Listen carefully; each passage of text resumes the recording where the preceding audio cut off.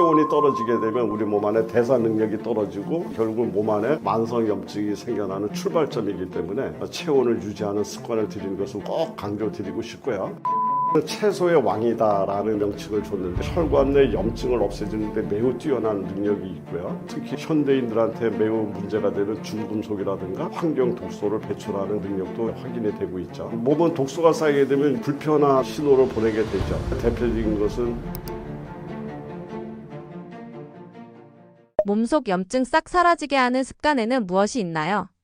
근데 몸속의 염증을 싹 사라지게 한다. 염증을 사라지게 하는 가장 핵심적인 이야기는 저는 염증을 만들지 않는 환경을 회복하는 습관이다. 이렇게 이야기를 드리고 싶어요. 그러면 그 염증을 만들지 않는 그런 습관, 저는 첫 번째 체온 유지 습관이다라고 생각을 합니다. 그래서 암을 포함해서 대사성 질환의 모든 시작점이 저체온에서부터 시작을 합니다. 체온이 떨어지게 되면 우리 몸 안에 대사 능력이 떨어지고 전부 다 웅크리고 쌓아놓게 되죠. 이제 이것이 결국 몸 안에 만성 염증이 생겨나는 출발점이기 때문에 항상 좀 따뜻한 음식을 먹고 냉음료를 제한하고 그리고 여러 가지 그 하체 쪽에 냉기가 생겨나지 않도록 조격을 한다든가 반신욕을 한다든가 또는 이제 잠을 잘 때도 수면 양말을 신는다든가 해서 특히 발에 따뜻하게 만드는 이런 것들을 생활 속에서 가져가면서 체온을 유지하는 습관을 들이는 것을 우선 첫 번째 꼭 강조드리고 싶고요. 네, 두 번째는 혈당 변동의 최소화. 그러니까 이 모든 대사성 질환의 시작이 당으로부터 시작이 된다라고 얘기할 정도로 당이 우리 몸의 에너지원이면서도 이것이 사용되지 못하고 혈관 안에서 돌아다니게 되면 여러 가지 혈관 손상뿐만 아니라 우리 세포를 굶주리게 만드는 이러한 역할로 만들어지는 것이 우리가 당뇨라고 얘기를 하는데 바로 이 당뇨의 원인이 되는 혈당 변동. 그래서 순간적으로 당이 올라가죠. 순간적으로 당이 올라가게 되면 우리 몸의 췌장에서는 당을 배달하려고 하는 인슐린을 만들어서 내보냈는데도 불구하고 당이 급격하게 증가가 되니까 췌장에서는 엄청난 양의 또 인슐린을 만들어내게 되고 인슐린을 만들어내서 이것을 처리를 했는데 보니까 금방 당이 떨어집니다. 그래서 당이 쭉 떨어지게 되면 췌장에서는 인슐린을 만드는 걸 중단을 하죠. 그래서 췌장이 꾸준하게 인슐린을 만들어내는 것이 아니라 같이 엄청나게 많이 만들어냈다, 쭉 떨어졌다, 만들어냈다, 떨어졌다 하고 이제 하는 이 변동, 롤러코스터를 타는 것을 우리는 혈당 스파이크라는 용어를 사용해야 하는데 바로 이런 혈당 스파이크가 일어나게 만드는 그런 음식들이죠. 정제당, 밀가루, 그 다음에 야식 이런 것들은 바로 염증 신호를 일으키는 아주 대표적인 그런 원인이 되기 때문에 이제 이런 혈당 스파이크가 일어나지 않는 식생활을 했으면 좋겠다. 그래서 식이섬유나 단백질이라든가 이런 것들을 먼저 먹고 가급적이면 정제된 당이라든가 밀가루 음식을 이렇게 후에 먹거나 그것을 가급적이면 먹지 않는 줄이는 이런 습관들을 꼭 강조드리고 싶고요. 그리고 항상 이야기입니다만은 우리 몸의 면역 기능의 70%를 담당하고 있는 장이 건강해야 우리가 먹은 음식물들이 올바로 분해가 돼서 우리 인체가 필요로 하는 상태로 변화가 된 상태로 우리 몸 속에 들어가서 정말 우리 몸을 건강하게 만들 수가 있는데 장의 상태가 망가져 버리게 되면 계속해서 독성 물질이 만들어지고 그것들이 우리 혈관을 타고 인체에 유입이 되면서 혈관에 염증을 일으키기 때문에 장 건강이 매우 중요하다라고 생각을 합니다. 그리고 우리가 깊은 수면 속에 들어갔을 때 우리 몸이 리셋이 되고 또 여러 가지 그 시간대에 망가진 것들을 고치고 이렇게 되는데 수면의 질이 떨어진다든가 또 수면 상태에서 호흡이 얕은 호흡이 이루어진다든가 이렇게 되게 되면 자꾸 우리 몸 안에서는 각성 호르몬의 일종인 코티솔이 상승하게 되고 그것들이 상승하게 되면서 결과론적으로 염증이 고정화가 되는 이런 상황으로 일어날 수 있기 때문에 평상시에 코로 깊게 숨 쉬는 연습이라든가 이런 것들 자주 하시는 것도 굉장히 염증을 줄이는데 굉장히 도움이 된다. 그리고 가급적이면 너무 늦은 시간이 아니라 최소한도 밤 11시 이전에는 수면 상태에 들어가는 것이 좋겠다라고 추천을 드립니다. 그래서 지금까지 이야기 드리는 것을 정리하자면 저체온 유지하는 습관을 들이자. 그다음에 혈당 변동을 최소화하자. 그리고 장을 건강하게 만들자. 그리고 수면의 질을 높이자. 이것이 염증을 꺼주는 아주 핵심적인 스위치가 된다. 이렇게 이야기를 드릴 수 있겠습니다. 약이나 보조제에 의존하지 않고도 일상 음식만으로 몸속 염증과 혈관 건강을 동시에 관리할 수 있나요? 충분히 가능하죠. 제가 이제 평상시에 지금까지 쭉 해온 것이 바로 이제 물론 약이라든가 이런 것들을 무시했다는 개념이 아니라 우리는 근본적으로 음식이 아니고서는 우리 몸을 염증이라든가 혈관 건강을 지킬 수가 없죠. 그래서 항염, 우리 몸 안에 염증을 생기지 않게 한다든가 혈관을 보호한다든가 이것이 결국은 음식이 갖고 있는 하나의 공통점이고 핵심 능력이라고 이야기를 할 수가 있습니다. 음식 속에는 뭐 우리 많은 분들이 알고 있지만 폴리페놀, 플라보노이드, 칼륨, 나트륨, 마그네슘, 아연 이런 미네랄이 굉장히 균형이 잡혀져 있고요. 혈액의 점도라든가 이런 것들을 굉장히 점도를 묽게 만들고 또 산화 스트레스를 완화시키고 이런 것들이 결국은 음식을 통해서만 얻어질 수 있는 거기 때문에 저는 음식이 매우 중요한 1차 치료 이런 병이 걸리지 않게 하기 위한 핵심 방향이 돼야 된다라고 생각을 합니다. 특히 우리 미나리라든가 양배추, 브로콜리 이런 채소, 그 다음에 들기름이라든가 호두에서 나오는 오메가3라든가 또 발효식품이라고 이야기하는 된장, 청국장, 김치, 단백질의 주 원료인 콩이라든가 생선 이런 것들은 정말 우리 몸에 없어서는 안 될 대단히 약 이상의 능력을 갖고 있는 그런 음식들이라고 생각을 합니다. 그래서 약을 끊으라는 말이 아니라 약이 필요가 없을 만큼 환경을 바꾸는 그런 음식을 섭취하라고 이야기를 하는 거다. 이렇게 제가 정의를 드리겠습니다. 약사님께서 혈관 명약이라고 표현하신 미나리는 혈관과 염증 관리 측면에서 어떤 특징을 가진 식재료인가요? 이제 미나리는 채소의 왕이다라는 이야기를 제가 이제 왕이라는 명칭을 줬는데 그거는 왜 그러냐면 우리 인체에서 생겨나는 염증 그리고 모든 만병의 시작이라고 얘기하는 혈관 건강 그다음에 우리 몸 안에 여러 가지 독소를 누적시켜서 몸의 기능을 떨어뜨리는 이런 독소 축적을 해독할 수 있는 능력 이제 이래서 염증 혈관 해독 특히 이 미나리처럼 물속에서 사는 식물들은요, 콩나물이라든가 숙주나물이라든가 미나리 연근들은 전부 물속에서 살면서 그 물을 버리고 해독하고 또 물속에서 살아남기 위해서 강력한 생명력을 지니고 있는 이런 공통된 특징들을 갖고 있는데 그 중에서 특히 미나리는 혈관의 염증을 진정시키는 아주 매우 뛰어난 능력이 있는 물질로 알려져 있습니다. 특히 그 미나리에 있는 캠페롤이라든가 케르세틴이라든가 아피게닌이라고 하는 식물 영양소는 혈관 내 염증을 없애주는데 매우 뛰어난 능력이 있고요. 그리고 혈관 내피를 보호하는 그래서 혈관의 탄력을 유지하는데 매우 좋은 작용이 있는 걸로 많이 알려져 있죠. 그리고 피를 맑게 하는 해독력이 매우 뛰어나기 때문에 간 해독 효소를 활성화시키고 간에 여러 가지 지질 독소라든가 독성 물질을 해독해서 바깥으로 버리는 이런 능력이 매우 뛰어난 그런 효능이 있는 걸로 알려져 있습니다. 그리고 특히 현대인들한테 매우 문제가 되는 중금속이라든가 환경 독소를 배출하는 그런 능력도 이제 확인이 되고 있죠. 그리고 물속에서 살고 있는 이런 식물들이 모두 갖고 있는 특징적인 거지만 물을 버릴 줄 안다. 다시 이야기하면 우리 인체에 생겨난 여러 가지 부종이라든가 이런 것들을 없애고 미세 순환을 개선을 해서 혈액의 점도를 감소시켜서 손발 저림, 두통을 완화하고 이제 이렇게 여러 가지 다기능적 이런 효능을 보이기 때문에 저는 그래서 미나리를 혈관을 씻어주는 채소다 또는 자연이 만든 혈관의 명약이다 이렇게 표현하기도 합니다. 나도 모르게 몸에 독이 쌓이는 이유는 무엇인가요? 대부분이 그 독이라는 것은요, 들어오는 독보다 나가지 못하게 만드는 환경이 대개는 더 큰 문제가 됩니다. 그래서 예를 들면 변비가 있죠. 이러면 장에 정체가 된 거죠. 내보내지 못했기 때문에 독소가 쌓이는 거고요. 술이라든가 약이라든가 가공식품들을 지나치게 많이 먹으면서 간에서 내보내지 못하고 갖고 있는 과부하가 걸린 이런 것들. 그 다음에 운동을 하지 못해서 우리 몸 안에서 땀이라든가 이런 것들이 배출이 안 되면서 축적된 독소 이제 이런 거 또 미네랄이 부족해서 해독 효소들이 올바로 작동이 되지 못하면서 몸에 쌓이는 이런 겁니다. 그래서 독소는 특별한 날 어느 날 들어오는 것이 아니라 매일 조금씩 배출이 막힐 때마다 쌓여가는 것이 독소다 이렇게 생각이 됩니다. 그래서 독소는 배출을 도와주는 이런 관점에서 해독의 문제를 우리가 잘 이해를 해야지 된다 이렇게 이야기 드릴 수 있을 것 같습니다. 우리 몸에 독소가 쌓였을 때 보내는 증상에는 무엇이 있나요?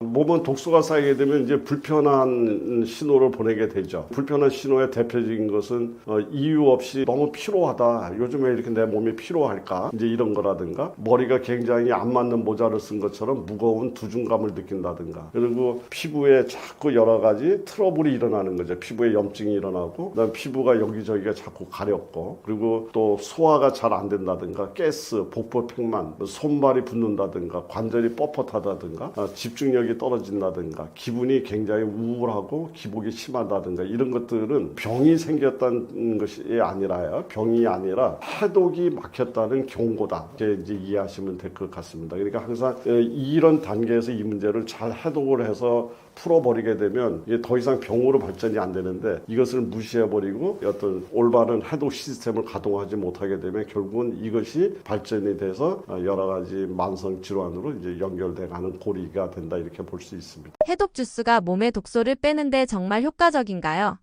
저는 이제 해독 주스, 해독 스프, 과채 스프, 이제 이런 스프를 통해서 많은 분들의 건강을 도움을 드리기도 하고, 또 여러 가지 해독에 사용하기도 합니다만은, 저는 이것이 전부 다 100% 효과가 있다, 이렇게 이야기하지는 않습니다. 그래서 조건부로만 효과가 있다, 이렇게 저는 정의를 드리고 싶고요. 그러면 어떤 경우가 있느냐 하면, 효과가 떨어지는 경우, 같은 주스라도 과일 위주로 만들게 되면 지나치게 당분이 많은 주스가 돼서, 또 한편으로는 당으로 인한 독소가 또 생겨날 수가 있습니다. 그래서 적절한 과일과 채소가 혼합이 된 그런 레시피가 만들어져야 된다고 생각을 하고요. 또 장이 약한 상태에서 지나치게 주스 형태, 생식 위주의 과일 주스를 만들어 드시게 되면 또 이것 또한 장의 기능을 망가뜨려서 해독이 아니라 오히려 몸을 더 망가뜨리는 이런 쪽으로 사용될 수도 있고요. 그리고 단백질이라든가 미네랄이 없이 장기간 이런 것들을 복용하게 되면 오히려 우리 몸 안에 대사 기능을 떨어질 수 있는 이런 문제가 있습니다. 그래서 도움이 되는 해독 방식을 선택하기 위해서는 과일보다는 채소 중심의, 예를 들면 미나리라든가 샐러리라든가 양배추, 브로콜리, 우엉, 이런 어떤 채소 중심에다가 한두 가지의 과일이 들어가는 형태로 이렇게 만들면 좋고요. 그리고 너무 생으로 하지 말고 가볍게 데친 형태에서 만드는 거나, 또는 그냥 정식 요리 상태라면 국이라든가 나물 무침 형태가 가장 안정적이고 도움이 되는 형태다, 이렇게 볼 수가 있습니다. 그래서 해독은 빼는 것이 아니라 배출 시스템을 회복시키는 것이다 라고 저는 생각을 하고요. 염증은 없애는 대상이 아니라 생활을 바로 세우면 저절로 꺼지는 불씨와 같은 것이다. 저는 그렇게 정리하겠습니다. 아침 식사 좋다 안 좋다 이야기가 많은데요. 아침 식사 여부는 어떻게 결정하면 좋은가요? 요즘 뭐 유튜브나 SNS 이런 강의 같은 걸 보면은 어떤 분들은, 또 어떤 의사는 아침을 먹으라고 하고, 또 어떤 분들은 아침을 먹지 말라고 하고, 이런 분들이 계세요. 여기서 뭐 혼란이 좀 많이 계실 텐데, 아침을 먹어야 되는 분, 아침을 먹지 말아야 되는 분, 이런 분들이 좀 계시긴 합니다. 결론부터 말씀을 드리자면요, 아침을 먹어야 되는 사람, 안 먹어야 되는 사람은요, 사람에 따라 달라요. 싱거운 답변이 될 수가 있는데, 대사의 전반적인 상황을 봤을 때 대사에 문제가 있건 이런 분들한테는 저는 아침을 먹는 게 좋다고 말씀드립니다. 그런데 아침을 평생 안 먹고도 건강하게 잘 지내온 사람에게 또 아침을 먹으라고 하는 것도 곤욕이거든요. 이런 분들을 어떻게 나눠야 되느냐를 말씀을 드릴게요. 제가 아침을 꼭 먹어야 된다라고 권해드리는 분들 중에요, 제일 중요한 분들은 마른 비만 환자분들이에요. 이분들은요, 근육이 적고 지방이 많은 분들이에요. 이분들은요, 공복을 오래 가져가면 가져갈수록 근육이 빠집니다. 근육이 부족하고 배만 볼록 나오신 분이라면요, 아침을 드시는 게 좋아요. 이런 분들은 대사적으로 아침을 드시는 게 훨씬 더 건강하고 근육을 잃지 않게 할 수가 있습니다. 두 번째는 내 혈당 스파이크가 춤을 추는 사람이에요. 내가 혈당 스파이크가 너무 심한 사람이야. 또 당뇨 가족력이 있어서 혈당에 걱정이 많이 돼요. 이런 분들은 아침을 드시는 게 좋아요. 아침에 혈당을 안정시켜야 점심 저녁에도 혈당이 안정화가 됩니다. 아침에 혈당 스파이크 한번 만들잖아요. 그러면 혈당이 올라갔다가 뚝 떨어진다 그랬잖아요. 뚝 떨어지면 또 먹게 돼요. 그러면 또 올라가죠. 그럼 또 떨어지고, 이게 하루 종일 반복됩니다. 아침에 혈당을 안정화시키는 게 중요한 사람들은 이렇게 아침을 꼭 드시는 게 좋아요. 그래서 대사의 문제, 인슐린 저항성의 문제, 이런 문제가 있는 분들은요, 그래서 내가 근육이 적다. 그리고 혈당 스파이크가 너무 많은 사람이다. 이런 사람이라면요. 아침을 드시는 게 괜찮다라는 말씀을 드립니다. 그러면 아침을 걸러도 되는 사람은 어떤 사람이냐? 근육이 좀 많은 사람들. 이런 사람들은요. 공복 운동도 좋아요. 아침 식사를 안 하시고 공복 운동 하셔도 충분합니다. 그런데 근육이 없는 마른 비만 환자가 공복 운동을 하잖아요. 그러면 근육만 빠져요. 그래서 아침을 드시는 거와 안 드시는 게 이렇게 차이가 있고요. 또 하나는 인슐린 저항성이 너무 심하고 내장 지방이 너무 심한 사람들 중에는요. 아침을 걸러서 대사를 정상화시켜 줄 수 있는 분들이 있습니다. 이런 분들은 의사하고 상의를 하셔서 아침을 굶고 점심 저녁에 간헐적 단식을 해서 12대 12, 14대 10 그리고 16대 8까지 간헐적 단식 시간을 늘려가시면 건강에 상당히 도움이 되시는 분들이 많이 계시거든요. 내가 인슐린 저항성이 있고 대사에 문제가 있는 이런 사람이라면 아침을 굶어도 됩니다. 아침부터 일이 많아가지고 막 뛰어다니는 사람인데 아침을 굶다? 이것도 말이 안 되겠죠. 아침에 활발하게 움직이는 사람은 아침을 드시는 게 좋겠죠. 또 아침을 굶어도 나는 충분해. 아침에 커피 한 잔이면 난 점심 때까지 견딜 수 있어. 이런 사람이라면 간헐적 단식을 통해서 내 몸을 건강하게 하고 싶다는 의지만 있다면 아침을 굶어도 상관은 없겠습니다. 이 부분만 잘 지켜서 하시고 나머지는 내 스타일대로 하시면 되는데 대사에 문제가 심각하게 와 있다. 그리고 어떤 내 공복을 참기 좀 힘드시다. 이런 분들은요. 세끼 식사를 하시는 게 훨씬 더 낫다는 말씀을 드리겠습니다. 아침을 먹어야 한다면 어떤 식단으로 꾸려야 하나요? 아침 식사를 먹는데 큰 원칙이 있어요. 첫 번째는요. 혈당을 안정화시키셔야 되고요. 두 번째는요, 단백질 섭취를 잘 해주셔야 돼요. 세 번째는요, 포만감을 유지시켜 줘야 됩니다. 우리가 아침에 바삭한 흰빵에다가 주스 한 잔을 먹고 나가면 아주 좋을 것 같지만 실제로는 혈당 스파이크를 엄청나게 만드는 거거든요. 그럼 아침에 이렇게 혈당 조절이 안 돼서 나가게 되면 아침에 나가서 일을 하는데 10시 정도 되면 배가 고파가지고 다시 음식을 찾게 되는 이런 혈당 스파이크의 문제를 겪게 돼요. 저혈당 같은 느낌이 들어서 또 음식을 찾게 되거든요. 아침에 혈당 스파이크를 만들지 않는 것이 정말 중요합니다. 그래서 아침에는 정제된 탄수화물을 피하고 혈당 수준을 안정화시킨다는 것이 대원칙이에요. 아침에는 빵, 떡면, 과자, 액상과당 피하셔야 되고요. 거기에 또 우리 흔히 먹는 누룽지라든지 죽이라든지 미숫가루, 스프 이런 거 정말 안 좋아요. 유동식이라고 그러죠. 후루룩 먹게 되는 이런 거를 정말 안 좋으니까 그런 것들을 피해 주시면 좋겠습니다. 두 번째는요. 단백질이에요. 단백질을 아침에 먹으면 하루 종일 정제된 탄수화물을 줄이고 칼로리도 줄어서 다이어트와 건강에 도움이 된다는 연구들이 아주 많습니다. 아침에 계란 2개를 먹고 나갔더니 하루 종일 건강하더라. 아침에 계란 2개를 먹고 나갔더니 하루 종일 혈당 수준이 아주 안정이 되더라. 점심에 폭식이 멈췄더라. 이런 연구들이 많아요. 그래서 아침에는 단백질을 잘 드시는 게 중요해요. 아침에 단백질 그러면 무슨 아침부터 부담스럽게 고기? 이렇게 생각할 수 있는데 아침에 단백질은 고기만 있는 건 아니죠. 아침에는 계란 2개 정말 좋고요. 그 다음에 생선의 흰살이라든지 그리고 닭가슴살 샐러드라든지 이런 거 통해서 먹으면 좋고요. 또 고기 쪽이 아니더라도 우리가 그릭 요거트라든지 치즈라든지 이런 것들도 좋은 단백질 원이 될 수가 있어요. 땅콩버터, 무가당 땅콩버터에도 일정 정도 단백질이 있으니까 이런 것들도 좀 곁들여서 드시면 좋거든요. 아침에는 이렇게 단백질 드시고요. 식물성 단백질도 많이 있어요. 콩류 좋잖아요. 콩은요, 콩 자체로 먹을 수도 있고요.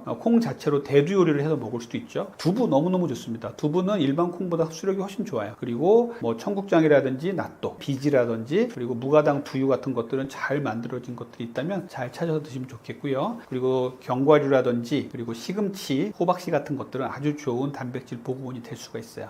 이런 것들을 잘 드신다면 아침에 이렇게 단백질을 잘 챙겨 드신다면 하루 종일 식단을 잘 유지할 수도 있고 장기적인 건강도 잘 유지할 수가 있습니다. 자, 세 번째는요. 포만감이에요. 이렇게 먹었는데 포만감이 부족하다. 그러면 안 되겠죠. 아침에는 포만감을 충분히 줄 수 있는 음식을 드셔야 돼요. 아침을 먹고 나왔더니 든든하다. 이런 느낌이 들 정도의 음식을 먹어야 됩니다. 그런데 여러분 아침에 미숫가루 먹고 누룽지 먹고 이러면은 포만감이 많이 오던가요? 그렇지 않잖아요. 그러면은 또 회사 가서 또 간식 코너에 가서 왔다 갔다 할 수밖에 없습니다. 우리는 아침에 포만감 있게 먹어야 된다는 생각을 꼭 해주셔야 돼요. 그러려면 단백질을 많이 드시고요. 또 섬유질도 많이 드셔야 돼요. 그래서 야채를 풍부하게 드시는 게 좋겠죠. 제일 먼저 음식을 먹을 때 1번으로 먹어야 될 게 섬유질입니다. 섬유질, 단백질, 지방을 많이 드시고요. 마지막에 탄수화물을 드시는 게 중요해요. 그래서 이렇게 순서도 지켜주는 게 중요하고요. 첫 번째로 이 섬유질을 먼저 드시는 거 정말 중요한데 섬유질을 풍부하게 나물과 야채, 샐러드 이런 것들을 풍부하게 드신다면 포만감도 좋아지고요. 정제된 탄수화물을 줄이는데 큰 도움이 됩니다. 모닝커피 등 아침에 마시는 것들은 어떤 것들이 좋나요?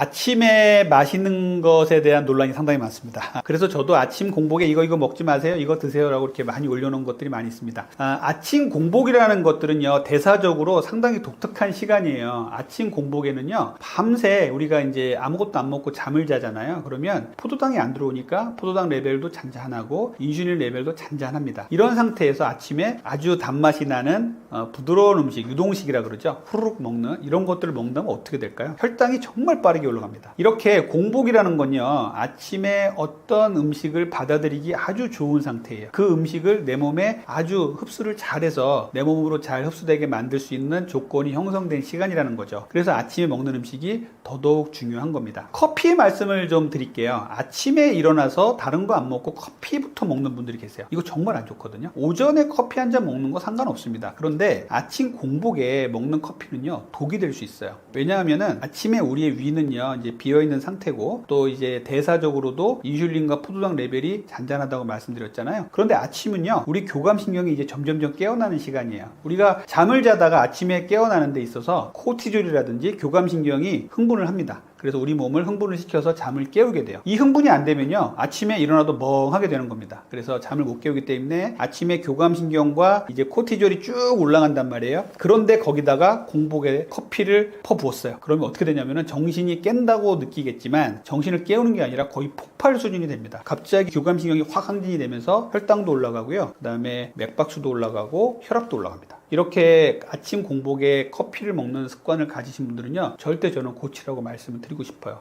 거기에다가 공복에 비어있는 속에 커피를 먹게 되면요, 이 커피가 위하고 식도를 다 망가뜨려요. 그래서 식도염이 심하신 분들 얘기를 쭉 들어보면 아침 공복에 커피 먹는 분들 많이 계시거든요. 커피는 먹는 거 좋아요. 오전에 먹는 거 좋은데 아침 공복이 아니라 식사 후에, 그리고 제일 좋은 시간은 출근해서 한 9시 정도 업무를 시작할 때, 그때쯤 먹는 게 제일 좋다고 돼 있어요. 여기서 하나 팁을 드리자면, 나는 아침에 커피 안 먹으면 대변을 못 봐요, 이런 분들 계세요. 커피가 장운동을 활성화 시켜주거든요. 클로로겐산이라는 게 있어요. 커피 속에는 이 성분이 장운동을 활성화시켜서 대변을 보게 해줍니다. 실제로 그래요. 그래서 커피를 먹다 보니 커피에 중독이 됐어요, 이런 분들 계신단 말이에요. 그래서 커피를 안 먹으면 대변을 못 봐요, 이렇게 얘기를 하시는데, 이런 분들께는요, 식사 후에 디카페인 커피 한 잔 드시라고 제가 말씀드려요. 디카페인 커피에는 카페인은 적고요, 그리고 클로로겐산은 그대로 들어있습니다. 그렇기 때문에 디카페인 커피 먹어도 대변 볼 수 있어요. 아침에 무조건 나는 잠을 깨운다고 아주 일반적인 커피를 먹는다 라는 분들은 피해 주셨으면 좋겠습니다. 커피 말고 아침에 주의해야 될 거는요, 정제된 탄수화물 쪽에서 유동식이라고 말씀드렸죠. 후루룩 먹는 음식은요, 아주 흡수 속도를 빠르게 만듭니다. 만약에 내가 정제된 탄수화물을 그냥 씹어서 먹었을 때 160까지 올라갈 혈당을 예상을 했다면요, 후루룩 먹는 음식을 먹었다면요 200 이상 올라가는 게 대부분이에요. 거기서 씹지 않고 먹기 때문에 위장과 소장을 통해서 엄청나게 빠른 속도로 혈당이 올라가거든요. 우리가 아침에 탄수화물로 된 죽, 누룽지, 미숫가루, 수프 이런 거 부드럽다고 자꾸 드시는 분들 많이 계신데, 이런 거 정말 안 좋은 거여서 아침에는요, 되도록이면 씻는 것들은 별로 추천하고 싶지는 않습니다. 꼭 내가 아침에 바빠서 뭔가 후루룩 먹고 나가야 된다라고 한다면요, 요즘에는 이제 단백질 쉐이크들이 좋은 것들이 많이 나와 있어요. 이런 거 성분들 잘 보시고 단백질 쉐이크를 드시는 거는 좋은 방법이 될 수가 있어요. 단백질 쉐이크는요, 유청 단백질 그리고 콩 단백질 이런 것들을 잘 분리해 가지고 잘 만들어진 게 많이 있습니다. 요것들을 보실 때는요, 뒷면에 이제 영양성분표를 꼭 보셔야 돼요. 여기서 탄수화물 함량이 최소한 15g 이하는 돼야 됩니다. 탄수화물 함량이 적고 식이섬유가 있는 게 좋고 대체 감미료가 없는 것들, 그리고 단백질 함량은 약 20g 전후가 되는 것들을 고르시면 아주 좋아요. 그래서 이렇게 아침에 너무 바빠서 내가 아침에 뭔가 후루룩 먹고 나가려고 그러는데, 닥터리가 이런 거 먹지 말래네, 누룽지 뭐 이런 거 먹지 말래네, 그러면은 내가 뭔가 대체할 거를 찾는다면 아침에 잘 만들어진 단백질 쉐이크는요, 드셔도 됩니다. 이 부분은요, 연구와 논문에서도 많이 나와 있어요. 그래서 아침에 단백질 쉐이크를 먹고 나가는 거는 괜찮습니다. 이 부분은 기억을 해주셨으면 좋겠어요. 단백질 쉐이크를 추천해 주셨는데 두유도 괜찮나요? 아침에 두유 정말 좋죠. 두유는요, 정말 잘만 만든다면 탄수화물 함량을 극도로 억제할 수가 있어요. 딱 먹었는데 단맛이 난다 그러면 이거 잘 만든 두유 아닙니다. 딱 먹었는데 고소한 그 콩 자체의 맛을 잘 낸 이런 것들이라면, 뒤에 성분표 보시면은 탄수화물 함량이 5g이야. 저는 2g 이하짜리 먹고 있거든요. 링크에 걸어 드릴게요. 2g 이하짜리 먹고 있는데, 이렇게 잘 만든 두유, 무가당 두유를 잘 고르셔서 먹는다면 좋은 아침 식사가 될 수가 있어요. 커피는 식전보다는 식후를 추천하시나요? 맞습니다. 아무리 디카페인 커피라도 공복에 마시는 건 저는 추천하지 않아요. 커피 자체가 디카페인 커피라고 하더라도 카페인이 약간 들어있기 때문에 교감신경 항진시킬 수 있다는 부분 하나랑요. 더 안 좋은 건요. 위식도를 통과하면서 자극을 많이 줍니다. 그래서 위산 분비를 갑자기 확 나오게 해서 식도염을 유발할 수가 있거든요. 공복에 디카페인 커피나 일반 커피를 먹는 건 되도록이면 피해 주셨으면 좋겠다라는 말씀을 드립니다. 아침에 꼭 지키시는 루틴이 있으신가요? 제가 아침 식사에 대한 내용을 많이 올리니까 그러면 선생님 뭐 드세요? 이렇게 물어보는 분들 많이 계신데 제가 오늘 아침에 먹고 나온 거를 말씀드릴게요. 한 6개월에서 1년 정도 아침마다 매일매일 먹고 있어요. 이거는 정말 변하지도 않고 매일매일 먹고 있는데 그런데도 질리지도 않고 정말 맛있습니다. 여기서의 가장 중요한 거는 단백질이고요. 그 다음에 포만감이 좋아야 되고요. 그리고 혈당을 올리지 않는 거. 이게 제일 중요하거든요. 아침에 저 같은 경우는 어떻게 되냐면 아침에 일어나서 물 한 잔, 미지근한 물 한 잔을 먹고요. 이제 식사 준비를 해서 식사 준비도 저 스스로 합니다. 저 스스로 누구의 도움 받지 않고 하려고 노력을 많이 하고 있거든요. 아침에는 병아리 콩을 삶은 것들 주문해가지고요. 병아리 콩하고 무가당 그릭 요거트를 섞어요. 그리고 여기에다가 견과류를 좀 넣어서 매일 아침마다 먹습니다. 이렇게 먹은 지가 한 6개월이 넘었는데요. 정말 고소하고 맛있어요. 여기에 너무나 맛이 퍽퍽하다 이런 분들 계시는데 추가를 한다 그러면 블루베리를 섞어서 드시면 좋아요. 아침에 식물성 단백질인 병아리 콩, 그 다음에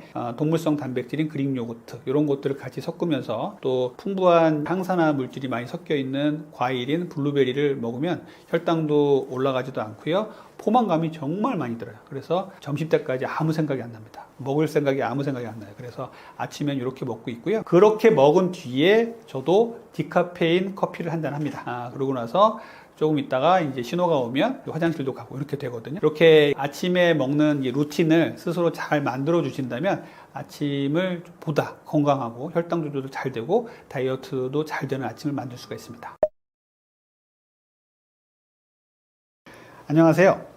저는 분당에서 닥터리 가정의학과를 운영하고 있는 가정의학과 전문의 이진복입니다. 저는 약 30년간 비만 치료를 해왔고요. 지금까지 본 환자만 약 10만 명이 넘습니다. 저는 건강한 다이어트를 여러분들과 잘 소통하기 위해서 유튜브 닥터리 TV를 운영하고 있습니다. 오늘 촬영에 초대해 주셔서 감사합니다. 더 많은 다이어트, 더 많은 건강에 대한 관심이 있다면 유튜브 닥터리 TV에도 많이 놀러주시면 감사하겠습니다.